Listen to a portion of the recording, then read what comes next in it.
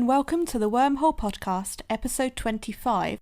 I'm Charlie Place, and joining me today is the author of a fantastic few fantasy stories comprised of Thorn and the first two Sunbolt Chronicles, Sunbolt and Memories of Ash.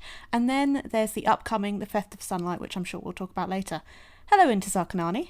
Hi, Charlie. Thanks for having me here today. How are you? I'm doing well, all things considered. Thank you. How are you? I'm good, yeah. I'm going to start before you were writing. You worked for the Cincinnati Health Department. May I ask what your work involved? I did my master's in public health, and so I was working with the health department around minority health. Here in Cincinnati, we have a very large African-American minority population, and the health indicators and life expectancy in Cincinnati was very different for African Americans versus our white population. And so much of my work was around community health, working in impoverished neighborhoods, working in neighborhoods that didn't have access to grocery stores, to transportation, to different sorts of very key necessities, and trying to develop kind of system level solutions to support these neighborhoods. And I also worked to set up our fetal and infant mortality review, which is a review of basically infants and babies who die in their first year of life. And it was very depressing work in one way, because every single case you looked at was a loss. But it was incredible because our goal was to find ways to improve infant mortality. At the time that I began working, infant mortality in the African American population was over twice that of our white population. And our white population, infant mortality was still above the American national average. So everyone needed help, some people more than others. And so looking at these cases and starting to see patterns and issues and finding ways to save lives was a really incredible experience. Mm-hmm. Very important. Did your work there influence how you write at all? You know, it's a great question.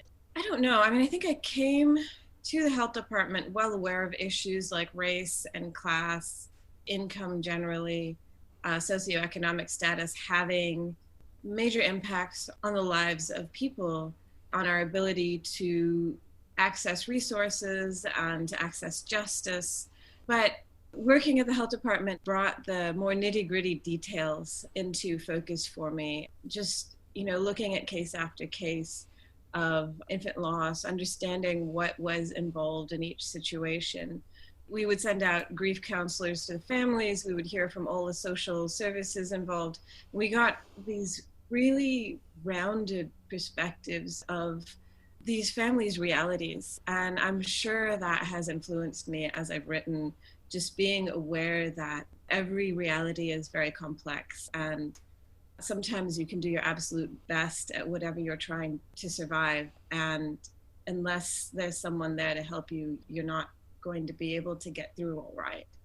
I think here in the US especially, there's very little empathy or sympathy for the lower working class. I don't fully understand it, because these are the hardest working people we have in our country. And they're treated like, well, if you just work harder, you'll succeed. And that's a complete fantasy. And I write fantasy, so I know what I'm talking about. So you're a hybrid published author, which is both traditionally and self-published. Where does one meet the other? When I left the health department, I decided to kick off my writing career, and I had a book that I had been working on and off for a dozen years, and that was Thorn. I had written a number of other books or manuscripts in the meantime, but I kept coming back to Thorn. It was kind of the child of my heart. And so I decided to go ahead and publish it, and I published it independently.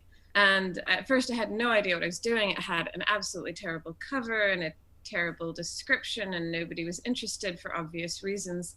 And I, slowly figured out how to essentially run a publishing business, and eventually got Thorn a beautiful cover, and I learned how to write descriptions.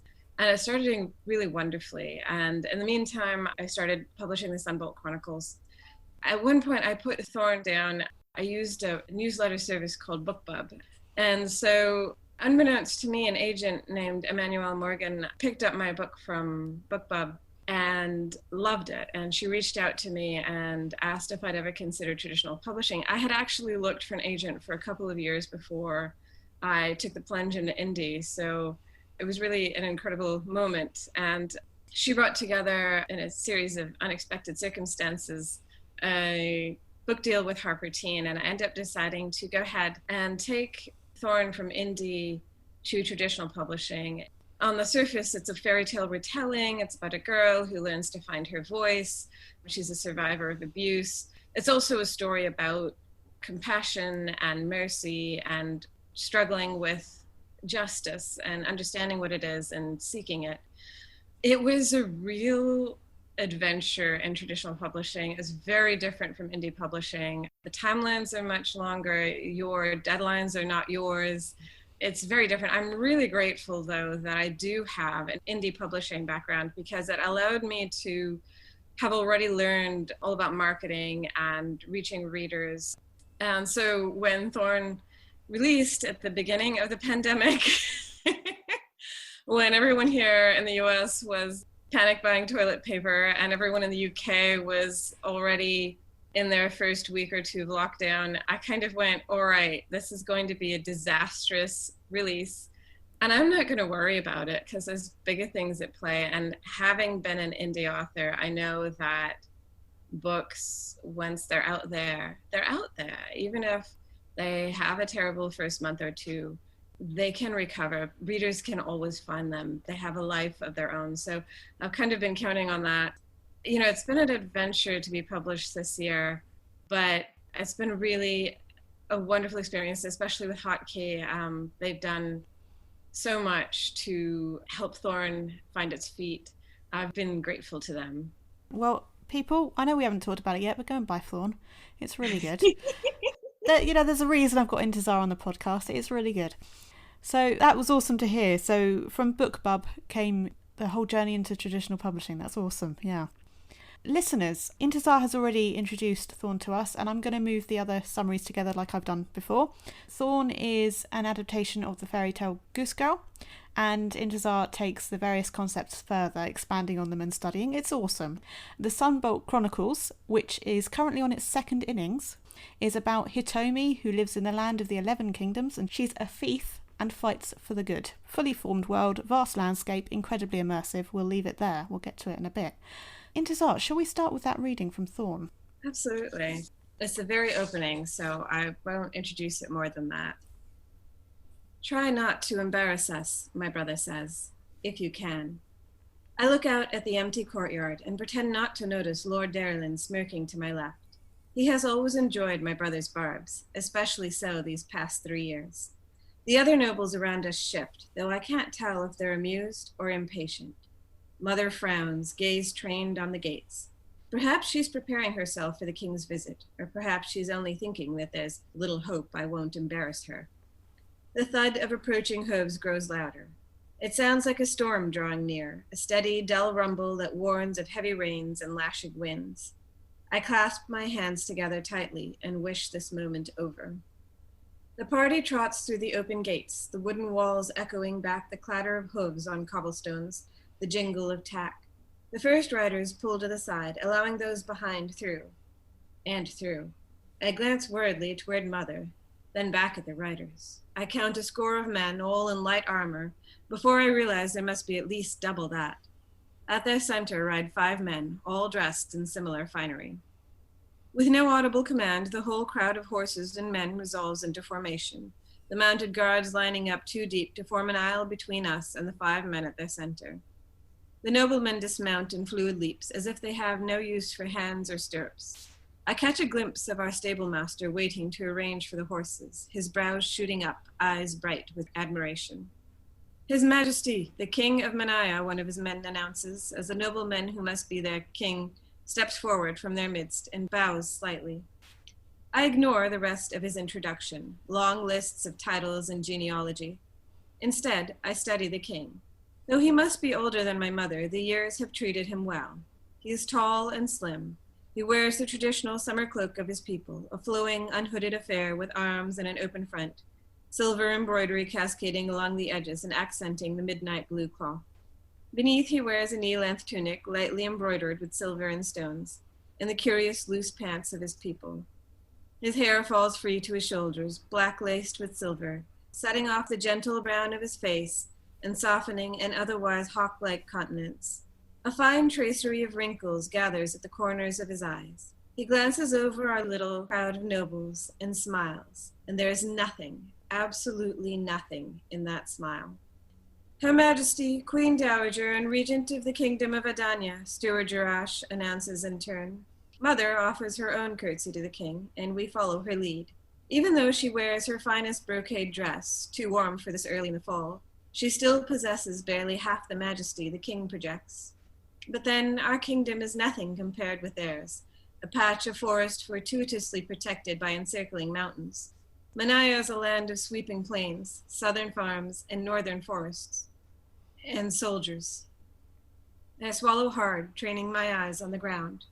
We only have 50 men in our whole hall. The king has brought enough seasoned warriors to take our hall and add our kingdom to his as easily as a spare coin to his purse.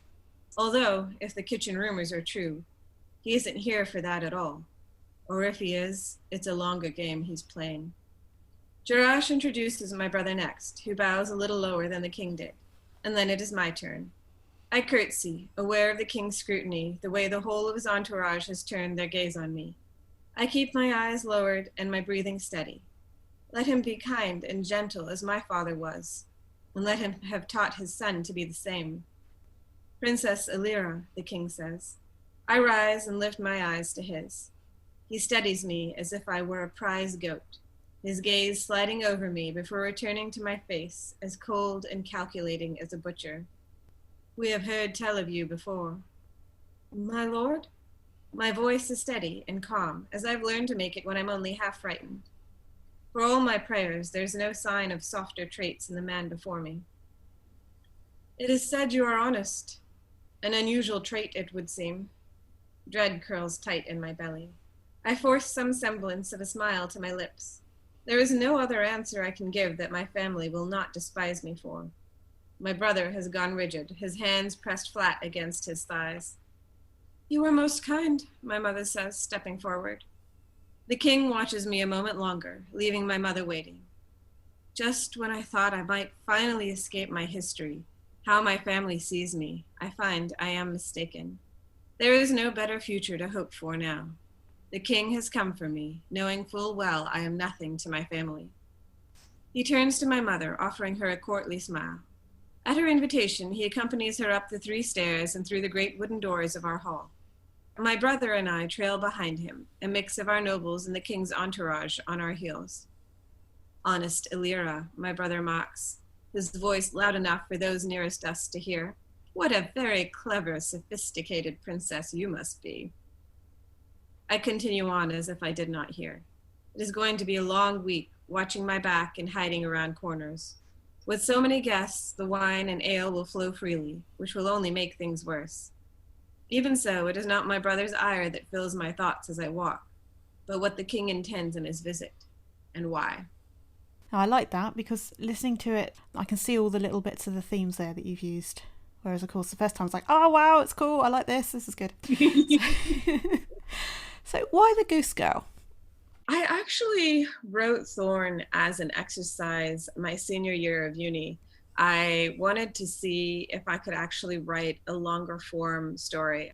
I had written a number of short stories, and I had a good sense that a novel was actually where my proper home would be, because a lot of my short stories were really just introductions to larger stories. But I was very nervous about writing a whole novel myself without any idea what I was doing. So I wanted to adopt a fairy tale as a kind of ready-made plot. Little did I know that fairy tales are very challenging to work with. Fairy tales generally are so plot hole ridden, they're hilarious.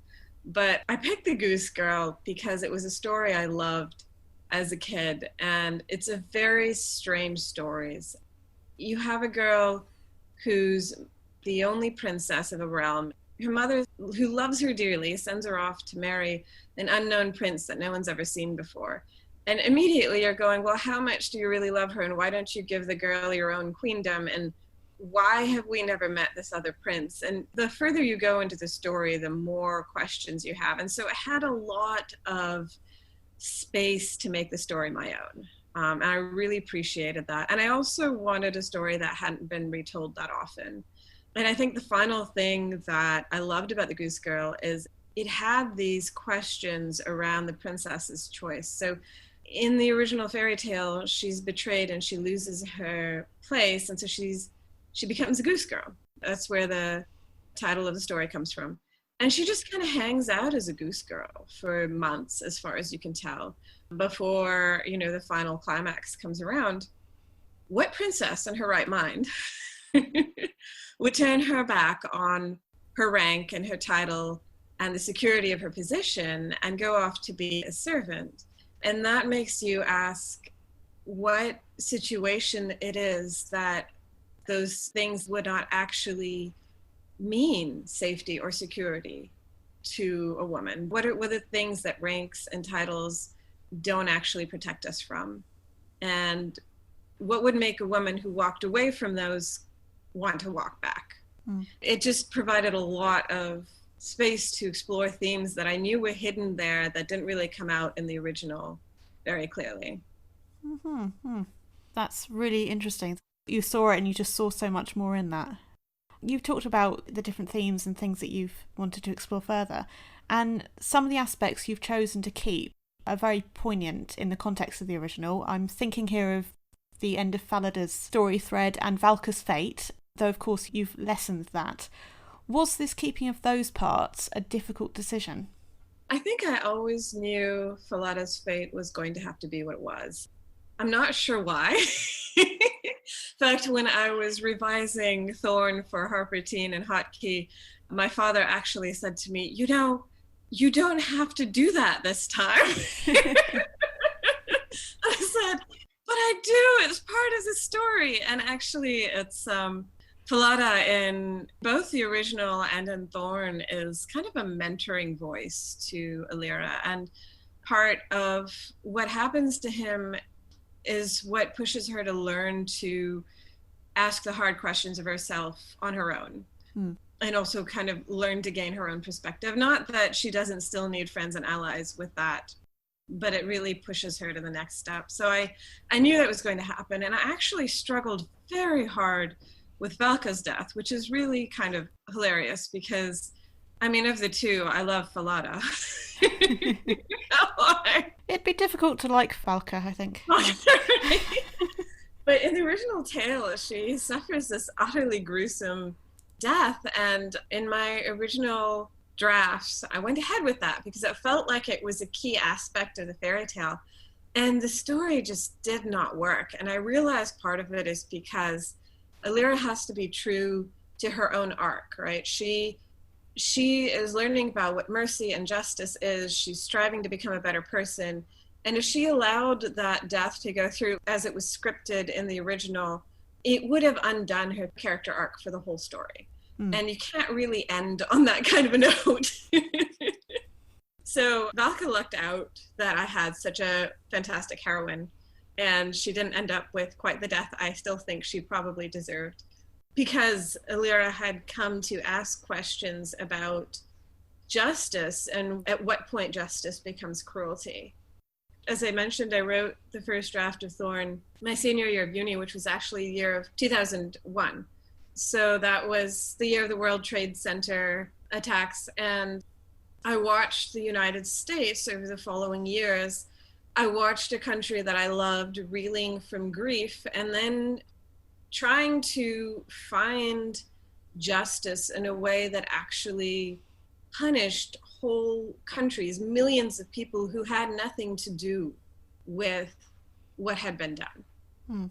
Whether there were terrorist cells active there, the general populace had nothing to do with these acts of terrorism, and they paid a terrible price. And so it really began to make me ask questions of what justice really is, and at what point is one person's concept of justice actually just an act of cruelty that doesn't bring healing, that doesn't close the cycle of violence, but may actually spawn more violence. So while Thorn has nothing of terrorist bombings in it, it does have those concepts that I was struggling with through those years of of understanding how violence begets violence, and understanding that sometimes justice is not about hurting back the person that hurt you, but finding a way to compassionately end that cycle. That was quite an answer. I mean, you can see throughout the book that you've thought a lot about things. There's just so much depth to it, but that's quite a lot further than you'd expect. So I want to look further into this study. You've already introduced a lot of it, but what was behind the study of truth and honour? That's a good question. The study of truth and honor. Let me think about that for just a moment. Behind the study of truth and honor. All right. So I think that, Alira begins the story being mocked as having been honest. And we find out that Alira stood up for a servant who was being unjustly accused of a crime. And in the process of doing so, she unveiled the true perpetrator, who was another noblewoman. And Alira is seen as having betrayed her peers, rather than the noblewoman having betrayed her station as a noblewoman, a caretaker of those beneath her, so to speak. And that kind of sets the stage for Alira's character. She has learned both that honesty is vitally important, and also that being honest has sometimes terrible consequences. She's become the pariah of the court. Her brother, who is a generally cruel and abusive person, turns his focus to her over those years, and her mother dismisses her and is emotionally abusive to her.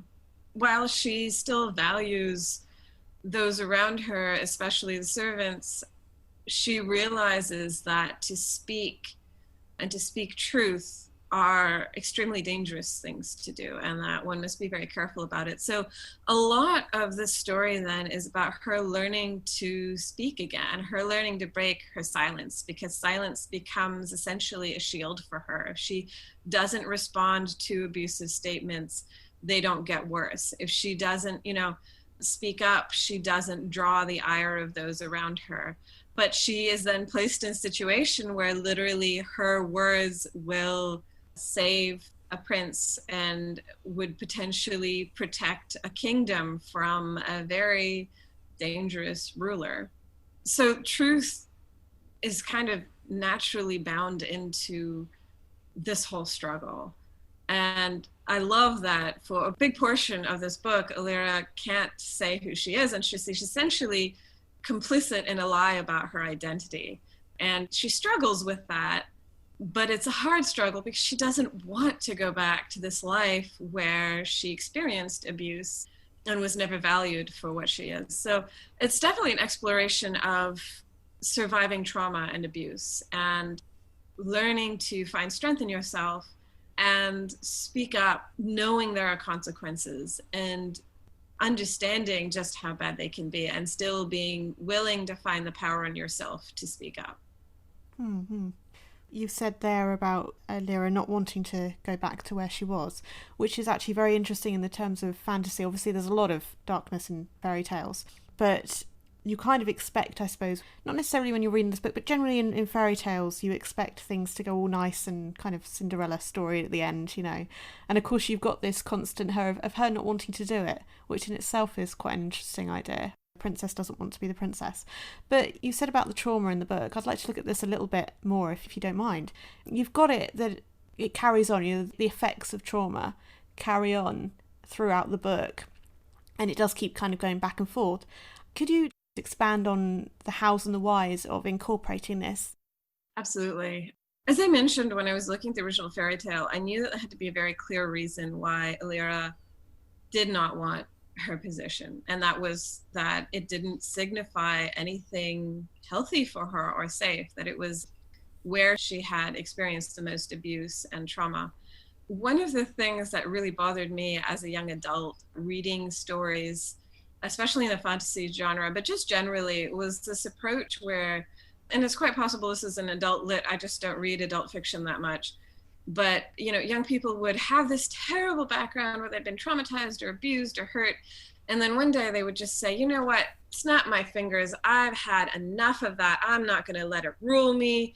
I am going to live my life the way I want to live it. And they would be fixed. And trauma does not work like that. And I think we do a great disservice to our young people by suggesting that it does. Trauma is something that you can snap your fingers at today, and tonight it will be back haunting your dreams. It is not rational. It's not something you can just shut a door on.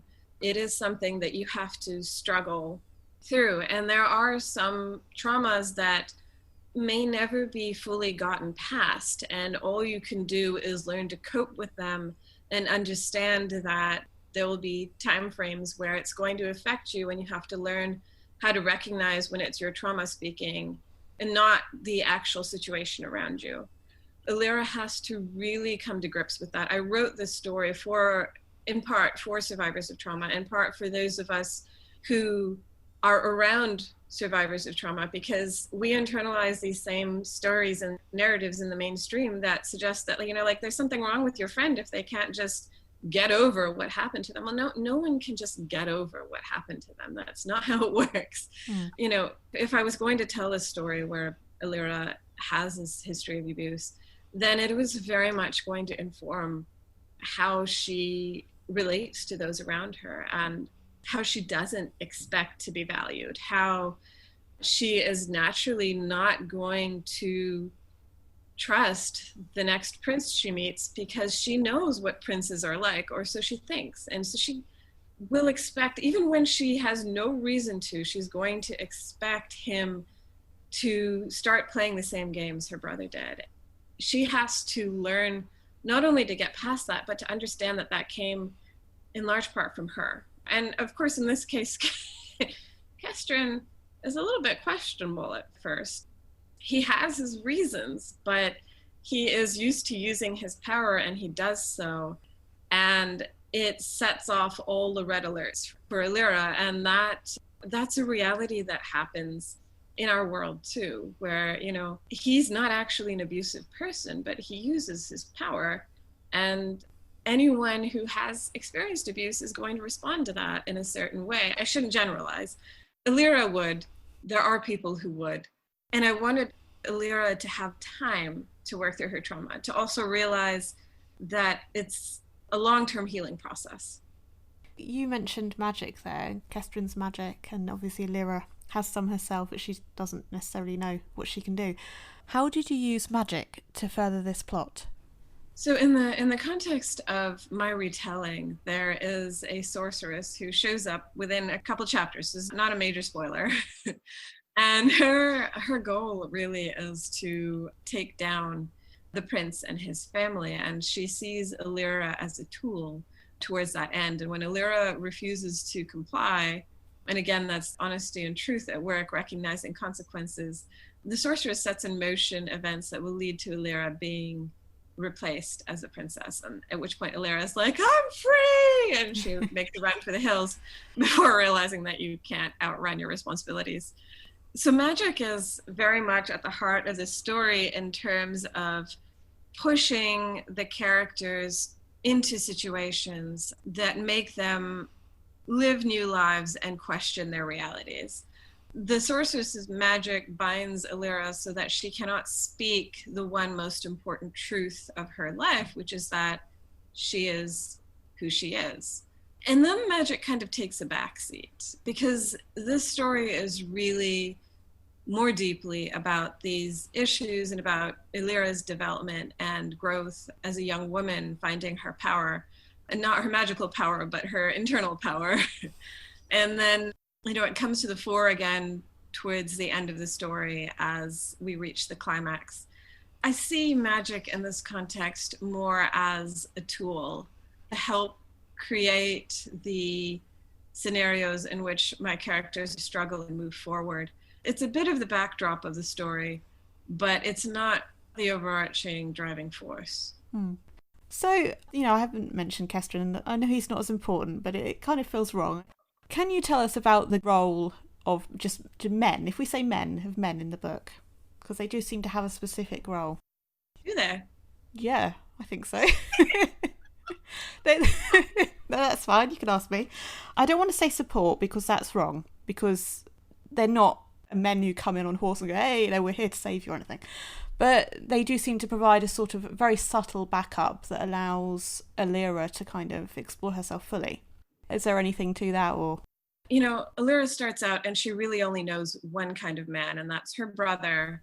And, he's dangerous. He's dangerous. He's petty. He's cruel. He's vicious.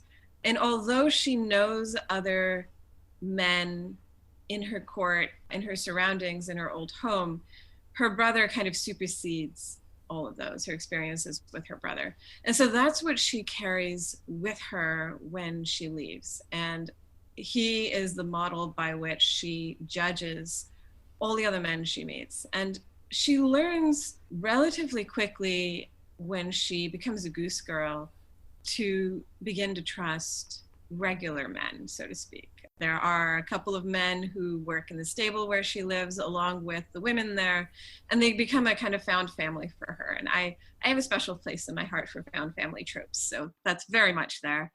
She begins to see past her trauma regarding men and find that men may also be kind and gentle and friendly and supportive. But at the same time that she's seeing that, she can't see it in Kestrin because he is the equivalent of her brother, right? He has that power, he has that ability, he has no one who will keep him in line.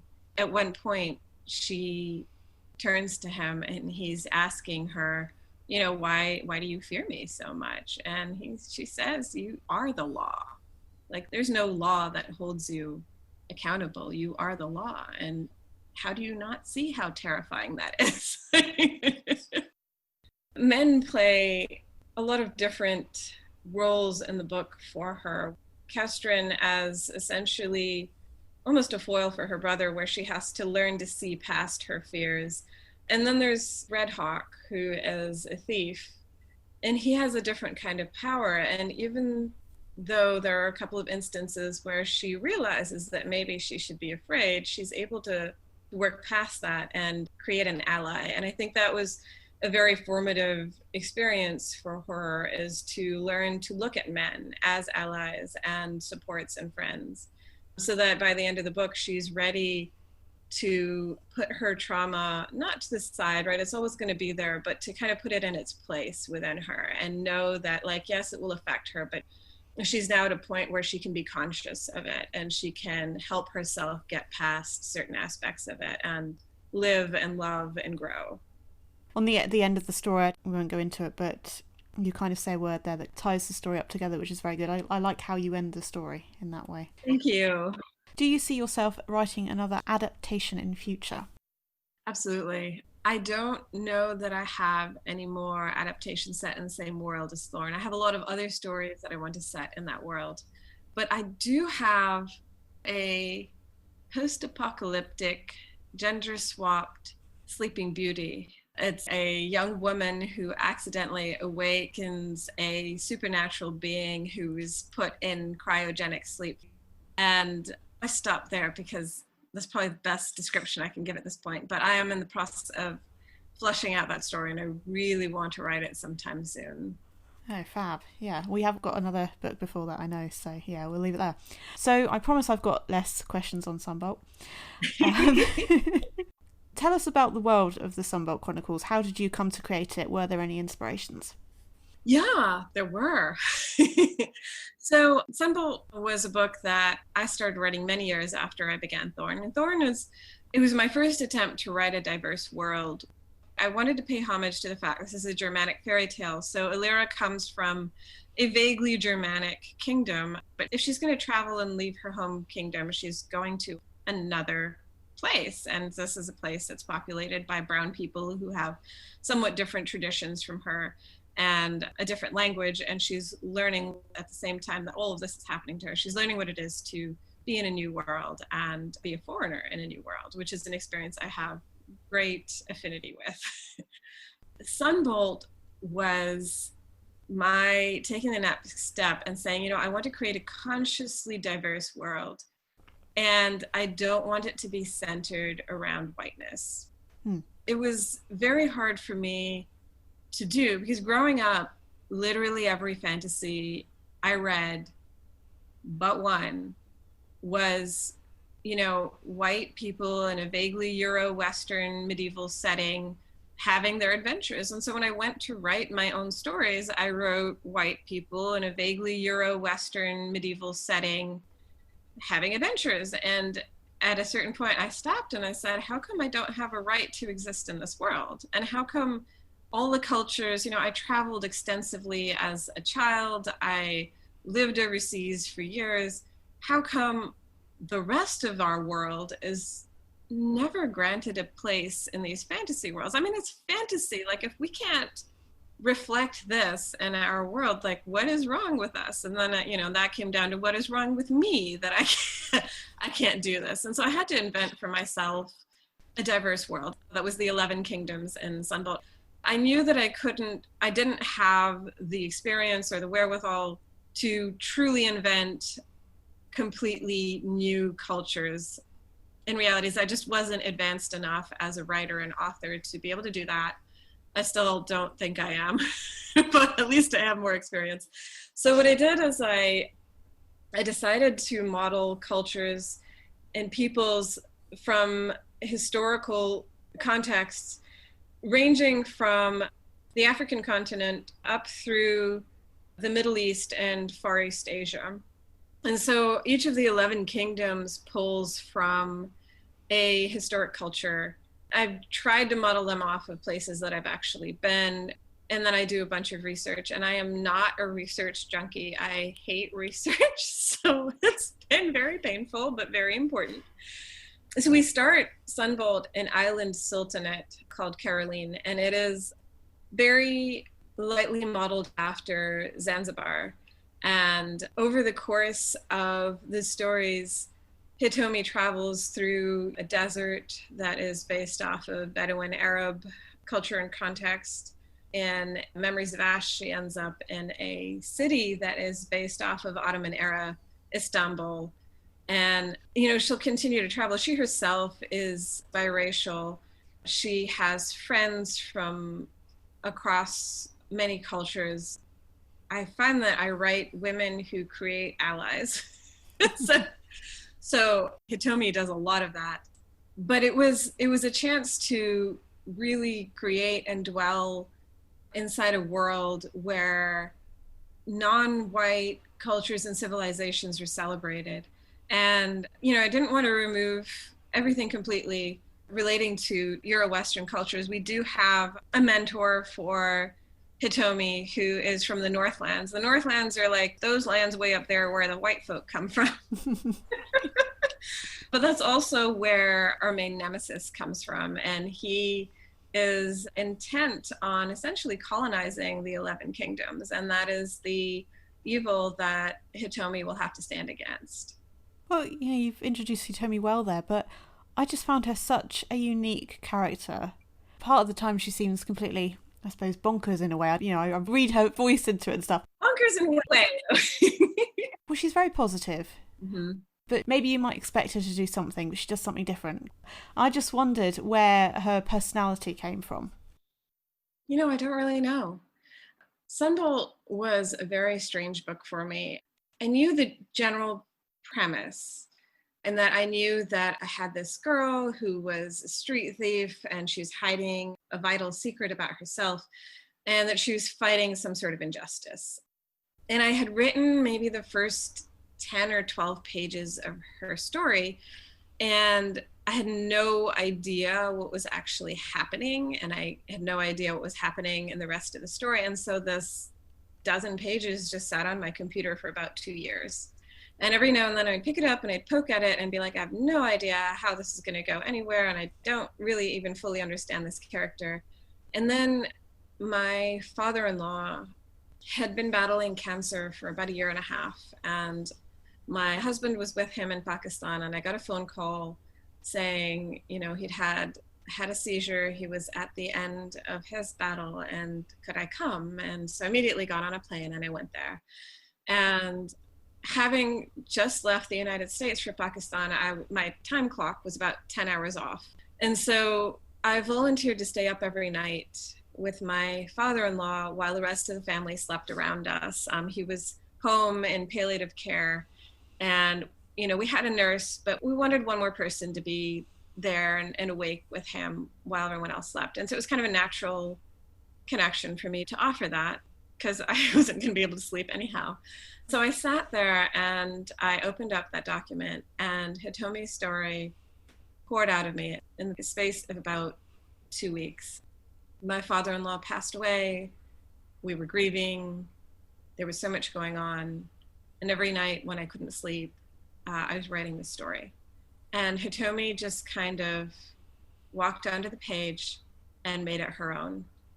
And in retrospect, I can look back and see aspects of my grief and my father-in-law's battle with cancer and what that did to him in this story.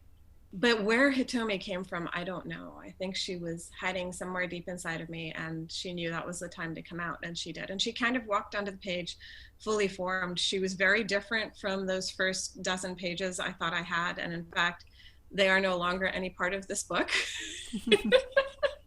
So, which is a testament to how writing never does what you think it's going to do. But yeah, I don't think I could explain any more clearly where Hitomi came from. No, that's fine, but she's very real, and I'm sorry for your loss. Thank you. Shall we move on to the reading of Memories of Ash? Absolutely. Memories of Ash, this is, the second book in the Sunbolt Chronicles, and I'm going to read a selection from a few chapters in. So I'll give a little bit of background, which is that between Sunbolt and Memories of Ash, Hitomi spent about a year with her mentor studying magic. And at the beginning of this book, a messenger comes to take away her mentor to be tried on charges of treason before the High Council of Mages. And Hitomi knows at once that her nemesis, Archmage Blackflame, is the one behind these charges, that they're most likely trumped up and untrue. And then something happens that convinces her that she needs to go to her mentor because there are, criminal aspects at play, and she needs to basically save her mentor. So she starts off on this path, and she needs to use a magical portal to get closer to where her mentor is. And it's been closed off by Black Flame's minions. And so she sneaks through, but of course someone follows her. And being Hitomi, she never takes the easy path. So she takes a left turn inside the portal, which you should never change your path once you started it. So she stumbles out into a destination that she has no idea where she is. I take 2 shaky steps forward into the debris-strewn courtyard. Agony ripples out from each strained joint, tendons and muscles pulled nearly to snapping. I gulp down a breath, assess my surroundings. The stone portal stands at the center of an interior courtyard, littered with broken tiles and stones from the surrounding walls of a great fortress. The sun is already bright overhead. The air tastes of dust, hot and bereft of moisture. All around stretches a vast quiet. Nothing moves, no bird chirps, neither leaf nor cloth rustles in the wind. This is hardly a welcoming land. My first concern, however, is the mage following me. I don't want to be standing here if he steps through the portal. The main entry to this inner courtyard has been made impassable by the collapse of the buildings that must have once towered over it. But there's one other option. Gritting my teeth against the pane, I stumble toward a vaguely door-shaped hole in the wall behind the portal. Halfway across the open ground, a ripple of magic slips past me, faint but unmistakable. I turn in time to see the mage stagger into sight. He bends over, hands clasping his knees, eyes squeezed shut. My eyes catch on his boots, barely visible past the fall of his cloak, deep brown, polished to a shine, with the curving symmetrical design cut from light blue leather and sewn over the ankle. Rich boots for a wealthy man. He gasps, shakes his head. He'll recover enough to search for me any moment now. I'm too close to use the smoker effectively, and anyway, he could easily disperse it with the wind. The rubble makes moving silently impossible. I'll have to shield myself and try to talk my way out of trouble. Keeping my gaze on the mage, I reach out with my senses to gather magic to myself. My breath stutters in my lungs. There's nothing there. I cast about blindly, closing my eyes as if I might sense magic more easily that way. I focus on the energy that should be pulsing through this land, through the very stone around me, through the scorching air. Nothing. With a quiet scrape, jarring in the overwhelming silence, the mage takes a step forward and swivels, surveying what's visible of the courtyard. I swallow hard, eyes wide. He still has weapons he can use. The sword at his side, whatever martial training he's had. I have no time to pull out my string of wards and connect them, and besides, they'd only trap me here. My best weapon is my voice. Peace, I croak. His focus whips to me. He lifts a hand, fingers splayed. Peace, I cry, terrified suddenly, that he'll find power where I found none. But then his features go slack with shock. My breath comes out shaky with relief. There's no magic here. What is this place? His voice is sharp, jagged. I shrug, grateful that it's only half as painful as I'd expected. Last left turn before Fidania. What? There's really no good way to explain this, but I want to make this man my ally, at least for now. So I keep talking.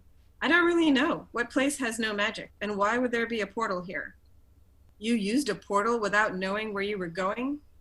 He squints at me, studying my features. He clearly thinks I'm a complete fool.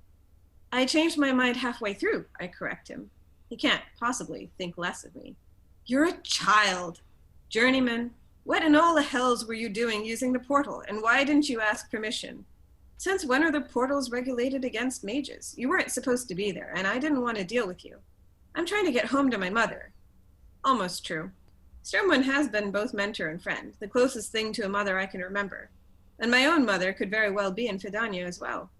The mage snorts. She lives here? His voice is heavy with contempt. No, I'm only here because you chased me. You're a fool. There's really not much of an improvement over being called a child.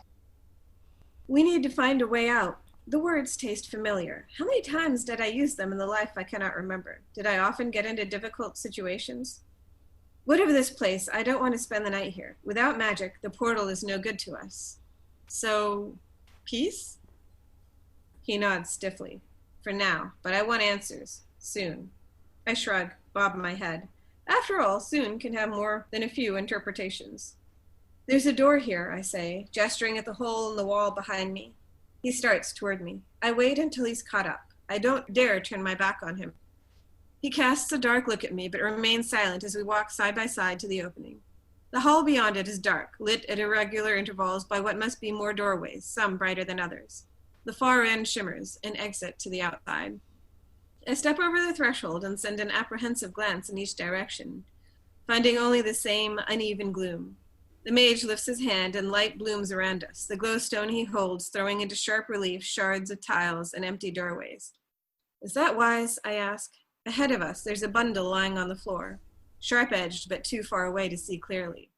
Wise, the mage says, drawing out the word. I wave vaguely. The glowstone. In a magically dead land, it might draw attention. At least then we would have answers. I bite back my retort. Arguing with him will only slow us down, and the glowstone will make it easier to navigate these hallways. I start forward, my eyes drawn to the thing on the ground. I can't quite make it out. Something pokes out from the bulk of it, reaching across the floor like an errant branch or dried twigs.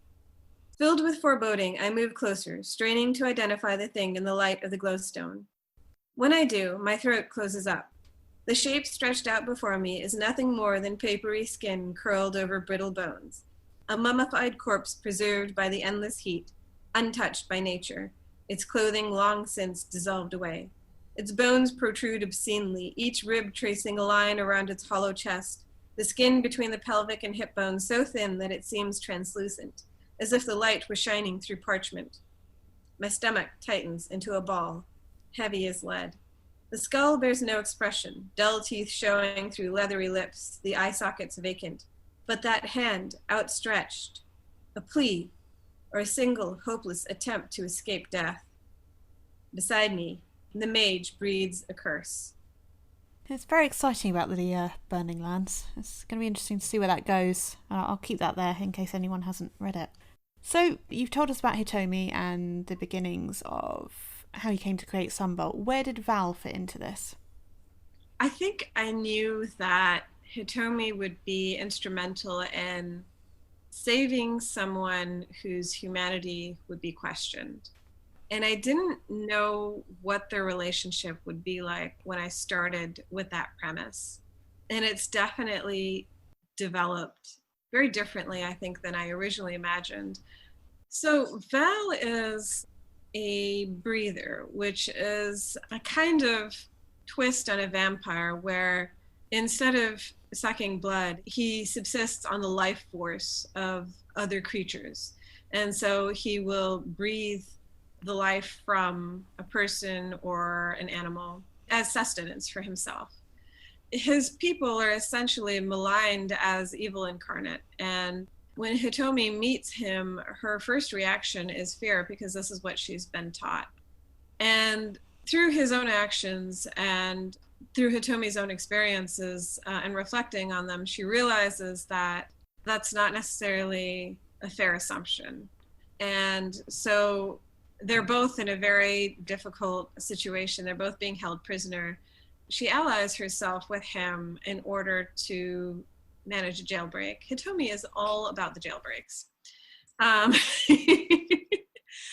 And what it allows, in a certain sense, is a fantastical way to investigate in-group and out-group dynamics, to look at what creates humanity and what creates monsters and how we use those labels. We also end up with Hitomi having a fantastically powerful and dangerous ally who is equally dangerous to her, though he may not wish to be. I don't want to give too many spoilers about Val. We can leave it there. How many chronicles are we looking at? 4 overall. So I'm working on book 3 right now. And I know we mentioned before we started the podcast that it has been very ornery and refused to come together for me. But I am still working on book 3. And then after that, there'll be a final book that brings all the threads together. Cool. You mentioned a book at the start of our convo on Sunbolt, the fantasy story that you'd read that wasn't the usual quasi-medieval white people, What was that book? So this is back in the early 90s, and it was The Blue Sword by Robin McKinley, and it is still white people, but she ends up in a desert kingdom, and I was actually living in Saudi Arabia at the time, and while the culture was a little bit, I was like, oh, really? That's interesting. It was the first time that I was seeing a non-white culture as the main location for the story. And it became a very special book for me. I sometimes joke that I imprinted on it as a young duckling because it finally gave me a story that didn't have that Euro-Western setting. And, there are thankfully so many more books now that The Blue Sword doesn't really stand out as having a diverse background anymore. But when you only have one book and you're an inveterate book reader or bookworm, that one book becomes special very quickly. Mm-hmm. You've got a very subtle use of religion. You've got a temple in Thorn, which Alira goes to. And then I noticed in Memories of Ash, you've got the word God once and capitalised as a name. And it is, it's singular, so we've got a kind of idea of religion here. What is behind your use of religion in this subtle way? I think it's just that for myself as a person of faith, religion is part of the landscape of myself and how I view the world. And even as my characters are going on adventures and doing things, religion is just a small part of who they are. And these books are not, I'm not trying to proselytize, I'm not trying to preach, I'm not trying to bring anyone around, but I'm trying to recognize that throughout the ages, people have had faith. And I've never been particularly comfortable with the pantheon of gods that is typical of fantasy. And so it's not that. But, whoever you are, whatever your faith, it tends to be a framework you take with you. And for Illyra, that is something that she finds peace in, and that brings her contentment. She goes to the temple and she prays, and it is a connection to how she's lived her whole life. It helps her recenter herself so that she can then go off and have these adventures. And, for a lot of people of faith, faith is not this thing that you're talking about all the time and doing everywhere, but it is something that brings you back to yourself and gives you a moral center. And so I try to give that to my characters with a very light touch. I do recognize that there are many kinds of religions out there, and there are absolutely religions that have pantheons of gods. And I do have some stories that are not yet published, so you can't call me on this one. But I do have stories where, that is also reflected. It just doesn't happen to be these ones that have been published as yet. So, and those are usually just the way they're presented as these other religions, multiple gods, are a reality in this world as well. As a monotheistic person, my main characters tend to be monotheistic. I liked it because it's very rare to find the use of religion as you've done it. Necessary last question. Tell us about the Theft of Sunlight. Absolutely. So the Theft of Sunlight, it's set in the same world as Thorn, and it centers around a new main character. So it's a companion novel to Thorn. If you pick up Thorn, at the very back of the book, you'll find a short story included called The Bone Knife. It's just a snippet story featuring Ray. Ray is the heroine for The Theft of Sunlight. I envisioned it as a single companion novel. It's actually turned into a duology. And what it does is it picks up some threads that were left open in Thorn. So we know in Thorn that sometimes children and women disappear off the street and they're never found again. And the people who take them are referred to as snatchers, which is a euphemism for slavers. Nobody really knows what happens to these people. Like, they don't show up again. If they are found, they have to very quickly receive a blessing that takes away their memories. And if that blessing is not received, then a curse called the darkness falls upon them and essentially robs them of their minds. Illyra does not have time to investigate it in her own story. And so we open The Theft of Sunlight with Ray living out on her horse ranch with her family, and her best friend's sister is snatched. And they search for her and they do everything they can, and there's no tracing the sister. And so Ray accepts an invitation to join her cousin at the court with the hope of seeing if she can find out what anyone is doing about the snatchers. And so she arrives at the palace and starts asking questions, and somehow or the other becomes an attendant to Illyra, who sets her the task of officially investigating the snatchers and reporting back to her so that they can figure out what's happening and find a way to break the slave trade. That's exciting. I'm kind of glad that you've decided to go down that path and follow that story thread through more, because that was a very good one. So, listeners, Thorn, Sunbolt and Memories of Ash are available to purchase now, and links are in the description. Look out for The Theft of Sunlight next year. If you have enjoyed this conversation, do subscribe to the podcast for future episodes, and if you'd like to contact me, the email address is in the description. Intisar, this has been so fun. It's just been so great talking to you and hearing everything and seeing where all these things that you can't necessarily see from the book, where they've all come into your working. It's been wonderful. Thank you so much for being here today. Thank you. Join me on Monday the 9th of November when I will be talking to Eric Beck Rubin, author of School of Velocity. The Wormhole Podcast, episode 25, was recorded on the 12th of October and published on the 26th of October 2020. Music and production by Charlie Place.